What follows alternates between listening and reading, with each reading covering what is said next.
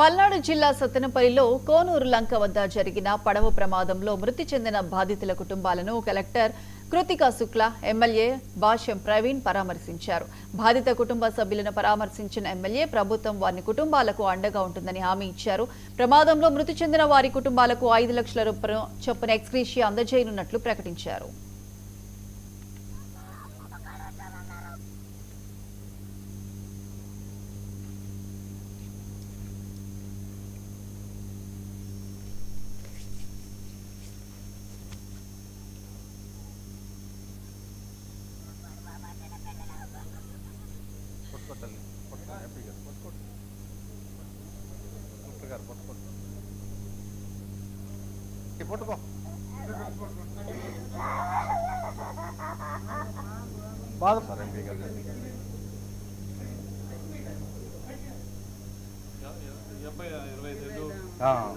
కళ్ళ ముందు పిల్లలు చనిపోవటం అనేది చాలా బాధాకరమైన విషయం.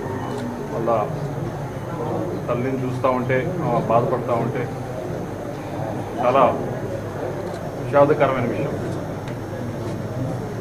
చాలాసార్లు చెప్తా ఉన్నాము, నీళ్ళ దగ్గరికి వెళ్ళేటప్పుడు జాగ్రత్తగా ఉండాలి అని చెప్పి.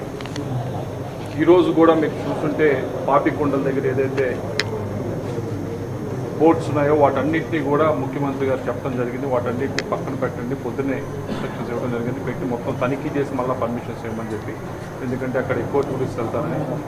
అయితే అచ్చంపేటలో కోనూరు విలేజ్లో మనం ఎప్పుడు కూడా చూడండి, బోట్లు ఎక్కడం, ఎక్కి నది దాటడం అనేది ఎప్పుడు మనకి చూడనిది. దాంతో ఈ తప్పు ఏదైతే ఉందో ఆ బోటు తీసుకొని వెళ్ళటం, ఏరు దాటించడానికి ప్రయత్నించడం, పిల్లలు ఒకసారిగా నలుగురు పిల్లలు ఒకసారిగా లెగవటం బోట్లోంచి వచ్చింది కదా అని చెప్పి దాంతో ఈ దుర్ఘటన జరిగింది.